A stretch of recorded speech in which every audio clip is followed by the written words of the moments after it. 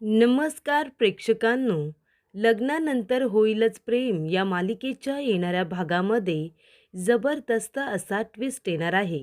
तर प्रेक्षकांनो, आपण बघितलं इथे आता वसू आणि रम्याचं सत्य पारच्या समोर आलेलं असतं. फेक अकाउंट तयार करून इथे आता जीवाच्या ब्लॉगवरती कमेंट करणाऱ्या रम्या आणि वसूचं बोलणं पार्थने इथे स्वतःहून ऐकलेलं असतं. आणि त्यामुळे प्रेक्षकांनो, इथे त्यांच्या ब्लॉगमध्ये घाणेरडे कमेंट करणारे लोक दुसरे तिसरे कुणी नसून रम्या आणि वसू आहे हे सत्य आता पार्थला कळल्यानंतर पार्थने आपल्या भावाची बाजू घेत इथे रम्या वसूला चांगलं सुनावलेलं असतं. आणि त्यामुळे प्रेक्षकांनो, पार्थने त्यांना विचारलेलं असतं की आता खरं खरं सांगा, 16 डिसेंबरला आनंदाच्या दिवशी त्या आनंदामध्ये मिठाचा खडा तुम्ही दोघींनीच टाकला होता ना? कारण तुमच्याकडे इथे असं आहे की तुम्हाला नंदिनी आणि त्याचबरोबर काव्या ह्या दोघीही आवडत नाही. या घरामध्ये त्या तुम्हाला नकोच होत्या, म्हणून तुम्ही हे नक्कीच कराल, बरोबर की नाही? तेव्हा इथे वसू आणि रम्या दोघीजणी खोटं बोलत असतात. पण पार्थने त्यांना चेतावणी दिलेली असते. खरं खरं सांगा, मी तुम्हाला एक चान्स देतोय की तुम्ही तुमचा गुन्हा स्वतःच्या तोंडाने कबूल करा. आणि जर तुम्ही तसं नाही केलं तर मी स्वतः या सगळ्या गोष्टीच्या मुळाशी जाऊन शोध लावण्याचा प्रयत्न करणार आहे की 16 डिसेंबरला पेन ड्राईव्हमध्ये काव्य आणि जीवाचे फोटो अचानकपणे कसे आले. तुम्हाला काय गरज होती सगळ्या जगासमोर हा तमाशा करायची आणि त्यांच्याबरोबर इथे संपूर्ण घराची इज्जत चव्हाट्यावरती आणायची काय गरज होती, असं पार्थने त्यांना विचारलेलं असतं. त्यामुळे इथे रम्या आणि वसू दोघीजणी खूपच जास्त घाबरलेल्या असतात. पार्थ म्हणतो, खरं खरं सांगा ना, प्रश्नाचं उत्तर द्या. पण त्या दोघीजणी खरं बोलायला अजिबात तयार नसतात. आणि म्हणूनच प्रेक्षकांनो, येणाऱ्या भागामध्ये पार्थला घाबरलेल्या वसू आणि रम्या दोघीजणी पार्थला त्यांच्यावरती संशय येऊ नये म्हणून त्या दोघींनी पुराव्यांची विल्हेवाट लावण्याचा निर्णय घेतलेला असतो. आणि पुराव्यांची विल्हेवाट लावत असताना काव्याने त्या दोघींना रंगेहात पकडलेलं असतं. कारण घाईघाईने पुराव्यांची बॅग घेऊन जात असताना त्यातील काही फोटो खाली पडलेले असतात आणि त्यामुळे कारस्थानी ह्या दोघ्याच आहेत हे काव्याला कळलेलं असतं. त्यानंतर प्रेक्षकांनो, 16 डिसेंबरला घडलेल्या तमाशाच्या मागे त्याचे मूळ सूत्रधार रम्या आणि वसू आहे हे कळल्यानंतर इथे काव्य आणि पार्थने दोघींना चांगला धडा शिकवलेला असतो. तर प्रेक्षकांनो, रम्याचं थोबाड फोडत काव्याने इथे वसूच्या चांगल्या झिंज्या आता उपटलेल्या असतात आणि त्यांना मानिनीने चांगली शिक्षासुद्धा सुनावलेली असते. तर इथे वसू आणि रम्या या दोघींना त्यांच्या कारस्थानाची चांगली इथे शिक्षा मिळाल्यानंतर पार्थला समजलेलं असतं की जे काही घडलं त्याच्यामध्ये जीवा आणि काव्याची काही चूक नाही आहे. उलट त्यांच्याबरोबर जे काही वाईट घडलं त्याच्यामध्ये वसू आणि रम्याचीच चूक आहे. त्या दोघांना किती आणि काय काय सहन करावं लागलं याचा विचार करून पार्थ आता इमोशनल झालेला असतो. तर प्रेक्षकांनो, येणाऱ्या भागामध्ये कशा पद्धतीने या गोष्टी पुढे घडत जातात आपण सविस्तरपणे बघूया. प्रेक्षकांनो, आपण बघितलं इथे आता काव्या सुंदर तयार झालेली असते आणि ती म्हणते की आता पार्थ देशमुखची विकेट पडणार आहे. कारण इथे पार्थला पूर्णपणे इम्प्रेस करण्यासाठी काव्याला फक्त इथे आता प्रेमाचे एफर्ट्स टाकायचे नाही आहेत, तर तिच्या दिसण्याचे सुद्धा तिला एफर्ट्स द्यावे लागणार आहेत. कारण ती जितकी सुंदर दिसेल, जितकी छान राहील, तेवढं पार्थ देशमुखचं लक्ष तिच्यावरती टिकून राहील असं काव्याला वाटत असतं. आणि त्यामुळेच इथे काव्या आता छान अशी झोपून उठल्यानंतर खूपच प्रेमाने ती पार्थ देशमुखसाठी तयार होत असते. आणि एका बाजूला प्रेक्षकांनो, रम्या आणि वसू दोघीजणी घाबरलेल्या असतात. त्या दोघीजणी इथे आता काव्य आणि पार्थ त्याचबरोबर जीवा आणि नंदिनी यांचे संसार उद्ध्वस्त करून सेलिब्रेशन करत असतात.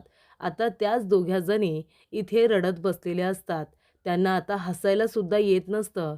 कारण ज्याला इम्प्रेस करण्यासाठी, ज्याला मिळवण्यासाठी हा सगळा अट्टाहास चालला या दोघींचा, फक्त पार्थला मिळवण्यासाठी. आणि इथे आता त्याच व्यक्तीसमोर, पार्थसमोर आपलं भांडं फुटलेलं आहे. त्याला कळलेलं असतं की ह्या दोघीजणी किती नालायक आहेत. म्हणजे इथे एवढा तमाशा करून तर करून दोघीजणी हसतायत, छान सेलिब्रेशन करतायत जीवाच्या परिस्थितीवर हसतायत. काव्या या घरामध्ये आली आहे म्हणून त्यांना राग आलाय. तिला पुन्हा घरातून कसं बाहेर काढायचं, माझ्या मनामध्ये त्यांच्याबद्दल कसा राग निर्माण करायचा, याचं प्लॅनिंग सुरू आहे. आणि हे सगळं कशासाठी? जी गोष्ट पुढे जाऊन कधी घडणारच नाही आहे, ती गोष्ट घडावी यासाठी या दोघींनी इतक्या खालच्या लेवलला जाऊन प्लॅनिंग केले. म्हणजे माझं आणि रम्याचं लग्न व्हावं ही इच्छा त्यांच्या मनामध्ये आहे म्हणून ते असा राग काढतायत. तेव्हा प्रेक्षकांनो, पार्थला आता रम्याचं सत्य कळल्यानंतर, वसूचं सत्य कळल्यानंतर त्याने ठरवलेलं असतं की जर 16 डिसेंबरला जे फोटो व्हायरल झाले त्याच्यामागे वसू आणि रम्याचाच हात आहे. ते फोटो त्यांनीच जर मिळवले असतील ना, मी सोडणार नाही आहे त्यांना, कारण त्या दोघींमुळे खूप इज्जत गेली आहे. या गोष्टी शांततेतसुद्धा पूर्णपणे हाताळल्या जाऊ शकल्या असत्या. जेवढा तमाशा झाला तेवढा व्हायची गरज नव्हती. तेव्हा प्रेक्षकांनो, इथे आता पार्थ त्या सगळ्याच्या शोधात असतो की नक्की ते फोटो या दोघींनी आणले कुठून. त्याला खात्री तर पूर्ण असते की या दोघींनीच हे कारस्थान केलंय. बाकी या घरामध्ये असं कुणीच नाही आहे ज्यांना नंदिनी आणि काव्य आवडत नाही. पण या दोघींकडे कारणंसुद्धा आहेत आणि मी त्यांच्यावरती आरोप करत नाही आहे, तर मला खात्री आहे की या दोघींनीच हे कारस्थान केले. रात्रभर पार्थला झोप लागत नाही. त्याला सतत असं वाटत असतं की ह्या दोघीजणी इतक्या खालच्या लेवलला कशा जाऊ शकतात. तेव्हा प्रेक्षकांनो, इथे आता रम्या पडायचं नाटक करते आणि तिकडून आता पार्थ देशमुख आलेला असतो. रम्या म्हणत असते, पार्थ, अरे जरा मला हात देतोस का रे? माझा पाय मुरगळला, मला जरा उठव ना. तेव्हा इथे पार्थ मनामध्ये तर रागवलेलाच असतो, पण तरीसुद्धा रम्याला हात द्यायला आलेला असतो. तेवढ्यातच तिथे काव्या येते आणि पार्थचा हात आपल्या हातात घेऊन त्याला बाजूला करते आणि म्हणते की रम्या, धर, तुला हात हवाय ना, उठण्यासाठी तुला मदत हवी आहे ना, मी करते ना तुला मदत. माझा हात पकड आणि उठून उभी राहा. माझ्या पार्थ देशमुखांना त्रास द्यायचा नाही हां. आणि हे बघ, तुला पडायची, धडपडायची, चुका करायची नेहमीच सवय आहे की नाही? मग जेव्हा जेव्हा तू पडशील ना, तेव्हा तेव्हा मला आवाज देत जा. मी येईन ना तुला आधार द्यायला. पण जर माझ्या पार्थ देशमुखला त्रास दिलास किंवा त्यांच्या जवळ जाण्याचा प्रयत्न केलास ना, तर मात्र ही काव्या काय करेल ते तुला चांगलंच माहिती आहे. कळलं ना? त्याच्यामुळे आता माझा हात पकड आणि उठून उभी राहा बरं. तेव्हा प्रेक्षकांनो, इथे आता पार्थ काव्याकडे बघतच राहतो. काव्या छान पद्धतीने जेलेस होत असते आणि त्या रम्याला पार्थपासून लांब ठेवत असते. आणि प्रेक्षकांनो, इथे काव्य आता इतकी सुंदर दिसत असते की पार्थची नजर तिच्यापासून आता हटतच नसते. तो तिच्याकडे एकटक आता बघत बसलेला असतो. त्यानंतर प्रेक्षकांनो, छान तयार होऊन, छान साडी नेसून इथे काव्य आता स्वयंपाकाला लागलेली असते आणि पार्थ देशमुखच्या आवडीचा स्वयंपाक इथे आता तयार करत असते. आणि त्यानंतर तिने बनवलेल्या स्वयंपाकाचा घमघमाट अगदी सगळीकडे सुटलेला असतो. तेव्हा प्रेक्षकांनो, पार्थला इथे तिच्या हातची भजी, बटाटा भजी, कांदा भजी खूपच जास्त आवडलेली असते. जेव्हा ते क्लायंट आलेले असतात तेव्हा इथे काव्याने पुन्हा एकदा त्याच्यासाठी खास बटाटा भजी आणि कांदा भजी ही बनवलेली असते. मानिनी, विक्रम काका, पिहू सगळेजण आता काव्याच्या दिसण्याचं कौतुक करत असतात. इथे आता सिवलेस ब्लाऊज आणि त्याचबरोबर इतकी सुंदर साडी. काव्य तर इतकी सुंदर दिसत असते की मानिनी म्हणते, अरे वा, माझ्या मोठ्या सुनेला कुणाची दृष्ट लागायला नको बाबा. आज सगळेजण माझ्या सुनेकडेच बघणार आहेत. तेव्हा ती लगेच आपल्या सुनेची दृष्ट काढून टाकते आणि वाईट माणसांनी तिच्यापासून लांबच राहू दे असं सुद्धा म्हणत असते. तेव्हा इथे रम्या आणि वसू दोघीजणी तिच्याकडे रागाने बघत असतात. तेव्हा इथे रम्या म्हणते की इतकी सुंदर तयार झाली आहे फक्त पार्थला इम्प्रेस करण्यासाठी का? पण काहीही केलंस ना तरी पार्थ तुझ्याकडे बघणार सुद्धा नाही आहे. तेव्हा काव्या म्हणत असते की माझा नवरा कुठे बघतोय आणि कुठे नाही याच्याशी तुला काय करायचं आहे रम्या? मगाशी सांगितलं ना, पार्थ देशमुखबद्दल कॉमेंट करायची नाही म्हणून, आणि आमच्या दोघांमध्ये पडायचं नाही, सांगितलं की नाही? कीप डिस्टन्स, म्हणजे तू सेफ राहशील. नाही तर आता तो मुरगाळलेला हात बरा झालाय की नाही? मी तोंडाने बोलते तिथपर्यंत ठीक आहे. ज्या वेळेला मी हाताने बोलायला सुरुवात करेन ना, त्यावेळेला काय होईल याचा जरा विचार कर. आमच्यापासून लांब राहा. तेव्हा प्रेक्षकांनो, मानिनीसुद्धा म्हणते की रम्या, प्रत्येक वेळेला मध्ये मध्ये बोललंच पाहिजे असं नाही. त्या दोघांच्या मध्ये तू जर काय नाही बोललीस तर जास्त बरं नाही होणार का? तेव्हा इथे आता रम्याला सुद्धा मानिनी काकूने गप्प केलेलं असतं.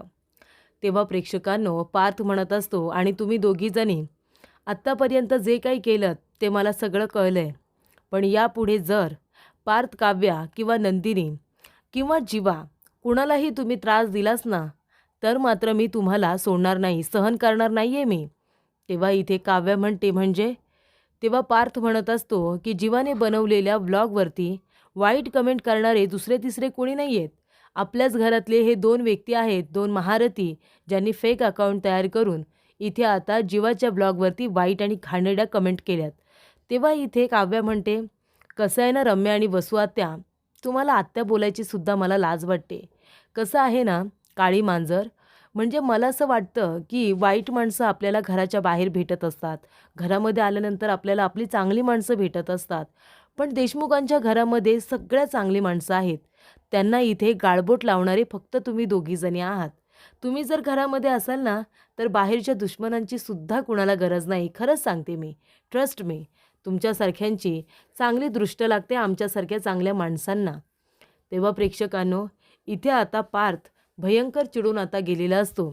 रम्या रूममध्ये गेल्यानंतर आपल्या आईला म्हणत असते, आई, आपलं काही खरं नाही आहे. पार्थला कळलंय 16 डिसेंबरला जो काही तमाशा झाला तो सगळा आपल्यामुळे झाले हे आता पार्थला समजलंय. तेव्हा इथे वसू म्हणते, मग आता? तेव्हा रम्या म्हणते, हे फोटो, ही बॅग आपल्याकडे आहे, ही जर अशीच्या अशी आता पार्थला सापडली ना, तर तो आपल्याला या घरामध्ये राहूसुद्धा देणार नाही. तुला माहिती आहे ना, पार्थ जितका तुला साधाभोळा वाटतो ना, तितकाच तो जीवापेक्षाही रागीट आहे. त्याच्यामुळे तो आपल्याला या घरामध्ये राहू देणार नाही. आपल्याला आता लवकरात लवकर याची विल्हेवाट लावायला हवी. तेव्हा इथे वसू म्हणते, ने ना तुझ्या रूममध्ये ने आणि लपून ठेव. रम्या म्हणते, वेळ लागले का तुला? माझ्या रूममध्ये जर पार्थला ही बॅग सापडली तर तुला काय वाटतंय? तो मला शांत बसायला लावेल? मला घरातून बाहेर काढेल तो. तेव्हा इथे रम्या म्हणते, आपण एक काम करूया, आपण ही बॅग उचलू आणि तशीच्या तशी फार्म हाऊसवरती नेऊन टाकू. जिथे होती ना तिथे टाकून देऊ. मग तर चालेल? तेव्हा इथे वसू म्हणते, ठीक आहे. जेव्हा कुणाचंही लक्ष नसेल ना, दुपारी जो तो आपल्या रूममध्ये आराम करत असेल, तेव्हाच आपण ही बॅग बाहेर काढायची आणि गाडीमध्ये नेऊन ती आता फार्म हाऊसवरती परत न्यायची. तेव्हा वसू, रम्या आता सगळ्यांची झोपायची थोडी वाट बघत असतात. दुपारी कसं जो तो आपल्या रूममध्ये आराम करत असतो आणि त्याच वेळेला इथे वसू आणि रम्या दोघीजणी ती बॅग बाहेर काढतात आणि गुपचूप आता हॉलमधून घेऊन जात गाडीमध्ये ठेवत असतात. तेवढ्यातच प्रेक्षकांनो, तिकडून आता काव्य आलेली असते आणि काव्य त्यांना रंगेहात पकडते आणि म्हणते, काय काय चाललंय तुमचं? बॅग घेऊन कुठे चाललात तुम्ही? तेव्हा इथे रम्या म्हणते, काव्या सोड आम्हाला, याच्यामध्ये तुझं असं काहीच नाही आहे. तेव्हा काव्या म्हणते, हो का? पण मी कधी म्हणाले की याच्यामध्ये माझं काहीतरी आहे म्हणून? याचा अर्थ काहीतरी आहे का जे तुम्ही लपवण्याचा प्रयत्न करताय? कशाची विल्हेवाट लावायला जाताय? कुठला गुन्हा लपवण्याचा प्रयत्न करताय? तेव्हा इथे काव्या म्हणत असते की दाखवा बरं, त्या बॅगमध्ये नक्की काय आहे ते मला बघायचं आहे. तेव्हा वसू म्हणते, काव्या सोड आम्हाला, जाऊ दे. तू जा ना घरामध्ये, तुला आराम करायचा नाही आहे का? काव्या म्हणते, आराम कशाला करायचा? मी माझ्या सासरी आहे, मला कामं असतात. पण तुम्ही दोघीजणी आराम न करता कुठे जाताय ना ही बॅग घेऊन, ते मला बघायचं आहे. मानिनी काकू, पार्थ देशमुख, लवकर बाहेर या बरं. ह्या बॅगमध्ये नक्की काय आहे ते बघायला या. वसू आत्या आणि रम्या दोघीजणी ओढत ताणत हिला घेऊन जात आहेत. तेव्हा प्रेक्षकांनो, एका चेनमधून आता एक फोटो खाली पडलेला असतो आणि तो फोटो असतो इथे आता काव्य आणि जीवाचा. तेव्हा काव्य म्हणते, अच्छा, तर हे आमचे जे फोटो होते, जे आम्ही काढले होते खूपच प्रेमाने त्यावेळेला, ते फोटो आणून तुम्ही इथे तमाशा भरलात ना त्यांचा. सांगा, काय मिळालं तुम्हाला हे सगळं करून? म्हणजे या सगळ्याच्या मागे तुम्हीच आहात. तेव्हा पार्थ येतो आणि म्हणतो, अच्छा, म्हणजे काल मी तुम्हाला जेव्हा चेतावणी दिली आणि तुम्हाला मी सांगितलं की या सगळ्याच्या मागे जर तुम्ही असाल तर मी तुम्हाला सोडणार नाही, तर तुम्ही या सगळ्या पुराव्यांची विल्हेवाट लावायला निघालात. मला आधीपासूनच संशय होता. 16 डिसेंबर हा दिवस तुम्ही खराब केलात. तुम्हाला इथे काव्य आणि नंदिनीचा आनंद बघवला नाही, पण त्याची माफी तुम्हाला मिळणार नाहीये. रम्या आणि वसू आता हात जोडून माफी मागत असतात. झालं गेलं सोडून द्या म्हणत असतात. पार्थ म्हणतो, आई सांग, यांना काय शिक्षा द्यायची? आज यांच्यामुळे जीवाची, काव्याची खूप बदनामी झाली, आपल्या घराची सुद्धा. तेव्हा मानिनी म्हणते, माझ्या मुलांच्या वाईटावरती उठलेल्या बाईला मी या घरामध्ये पुन्हा एकदा राहण्याची संधी दिली होती, पण त्या संधीचं सोनं तुम्हाला करता आलं नाही. उलट त्यांना अजून त्रास देण्याचा प्रयत्न केलात ना. मग आता माझ्या मुलांच्या वाईटावरती उठलेल्या माणसांबरोबर मी काय करते ते बघाच तुम्ही. तेव्हा इथे मानिनी म्हणते, की आत्ताच्या आता बॅगा घ्यायच्या आणि या घरातून बाहेर पडायचं. कुठेही जाऊन राहा. फार्म हाऊसवरती जा किंवा फ्लॅटवरती जाऊन राहा. जिथे जायचंय तिथे जा, पण या घरातून चालती व्हा.